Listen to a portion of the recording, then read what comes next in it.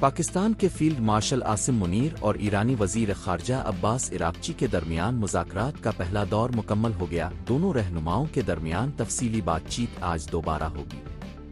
ایران کے ایٹمی پروگرام سے متعلق بریک تھرو کا امکان ہے۔ پاکستانی وفد ایران حکام سے ایٹمی پروگرام پر بات کر رہا ہے۔ فیلڈ مارشل کی قیادت میں پاکستان کا وفد ایران میں موجود ہے۔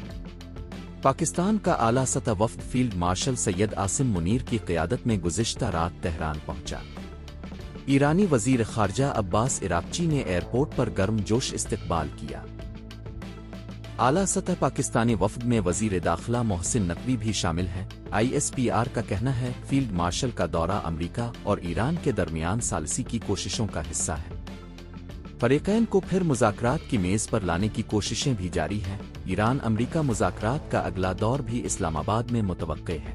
ایرانی وزیر خارجہ کہتے ہیں فیلڈ مارشل سید عاصم منیر کو ایران میں خوش آمدید کہنے پر خوشی ہوئی۔ پاکستان کی شاندار میزبانی گہرے اور عظیم دو طرفہ تعلقات کی عکاسی ہے۔ خطے میں امن و استحکام کے فروغ کے لیے ہمارا عزم مضبوط اور مشترکہ ہے۔